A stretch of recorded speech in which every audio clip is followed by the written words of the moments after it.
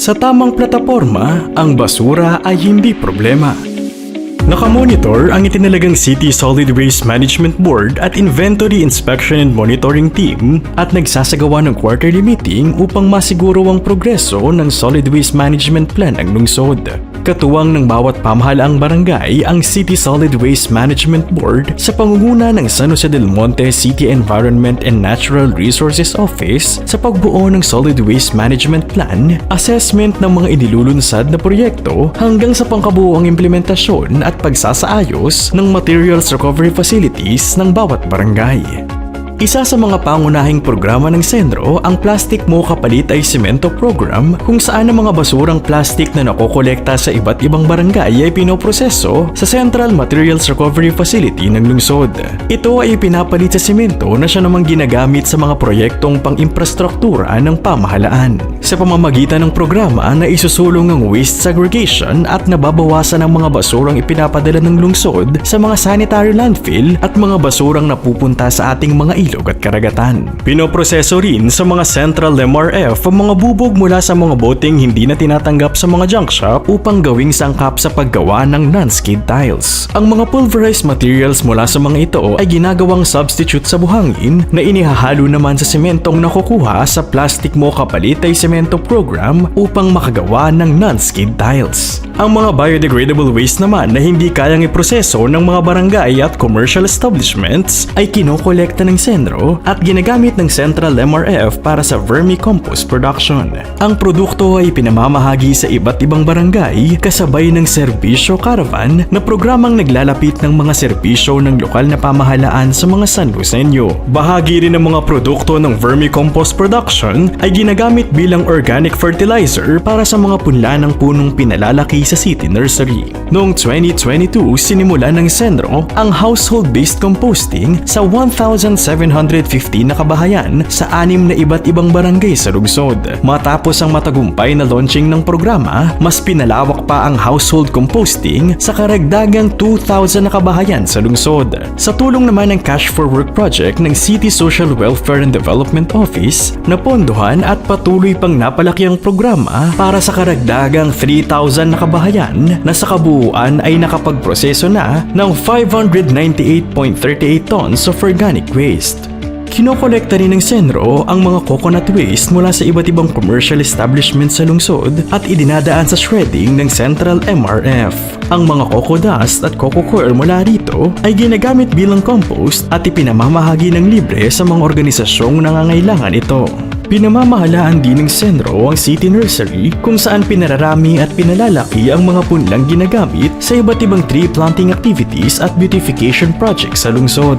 Dito rin ginagamit ang mga vermicast, coco fiber at coco coir na mga produkto ng Central MRF. Katuwang sa pagpapatakbo ng City Nursery ang mga scholars ng City Youth and Sports Development Office bilang kanilang community service at mga empleyado ng pribadong kumpanya para naman sa kanilang corporate social responsibility. Hinihikayat naman ang partisipasyon ng mga kawani ng pamahalaang lungsod at mga pamahalaang barangay sa pamamagitan ng Palit Basura Project kung saan ang mga naipong plastic bottles, tin cans, cardboard at residual waste tulad ng laminated plastic at sandbags ay binibigyan ng kaukulang puntos na maaaring ipalit sa grocery items tulad ng asukal, kape, noodles at iba pa. Inilunsad ang Palit Basura Project noong November 2022 sa 10 barangay sa lungsod at patuloy ang Sentro sa monitoring at paghikayat sa iba pang mga barangay upang makaisa sa proyekto. Sa kasalukuyan, mayroon ng 53 barangay na nabababaan ng programa.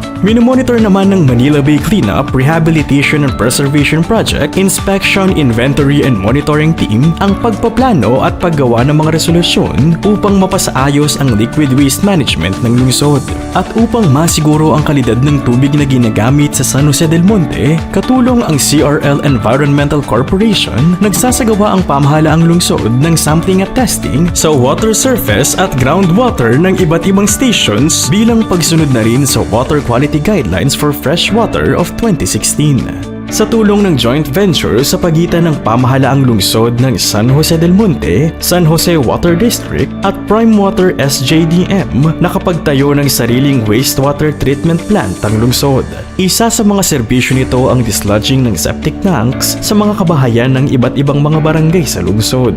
Lumagda ang San Jose del Monte Centro sa isang cooperation agreement for e-waste management sa pagitan ng DENR, Environmental Management Bureau, United Nations Industrial Development Organization, Ecological Waste Coalition of the Philippines at bagong silang treatment storage and disposal facility for e-waste. Layunin nitong maiwasan ang pagtatapon ng e-waste sa lungsod at maproteksyonan ng mga Sanusenyo sa matinding panganib na maaaring idulot nito. Ipinakilala rin ng Senro sa mga barangay si Aling Tindera upang patuloy na isulong ang waste diversion sa lungsod. Si Aling Tindera ay isang pribadong kumpanya na tinatawag na Green Cycle na naglalayong ding mabawasan ang plastic waste na patuloy na sumisira sa ating kalikasan.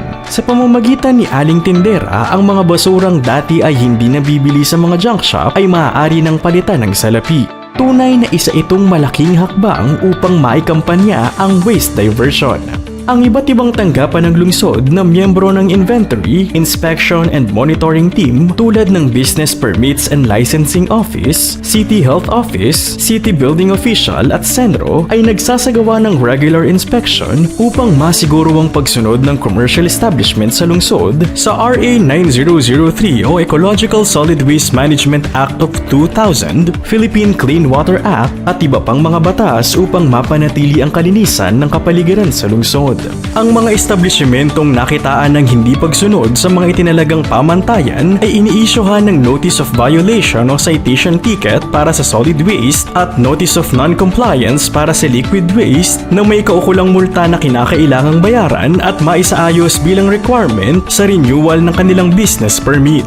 Regular namang nagpapamahagi ng punla ang Senro at nagbibigay ng orientation ukol sa iba't ibang programa ng pamahalaang lungsod sa solid at liquid waste management at sa pagpapanatili ng kalinisan sa lungsod kasabay ng isinasagawang pre-marriage counseling ng City Population Office. Dito sumasailalim sa commitment signing ang mga magkapareha bilang katunayan na kaisa ang mga ito ng pamahalaang lungsod sa pagpapahalaga at pagpapanatili ng kalikasan.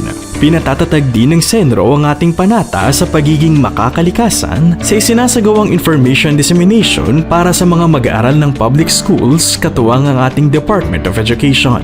Nagsasagawa rin ng Senro ng Values Formation Orientation sa mga residenteng nakatira malapit sa creek at mga ilog upang ipaalam ang kahalagahan ng solid at liquid waste management at mga batas pangkalikasan na nakasasakop dito.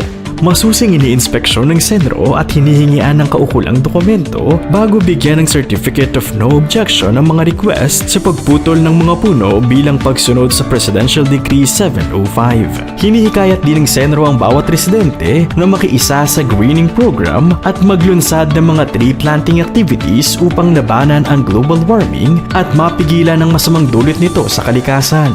Ang mga programang ito ay pangunahing dahilan kung bakit kinikilala at binibigyang parangal ng iba't ibang national agencies ang pamahalaang lungsod ng San Jose del Monte. Plataporma at pagkakaisa. Ang pamahalaang lungsod ng San Jose del Monte ay iisa at tulong-tulong sa layuning tapusin ng ating problema sa basura.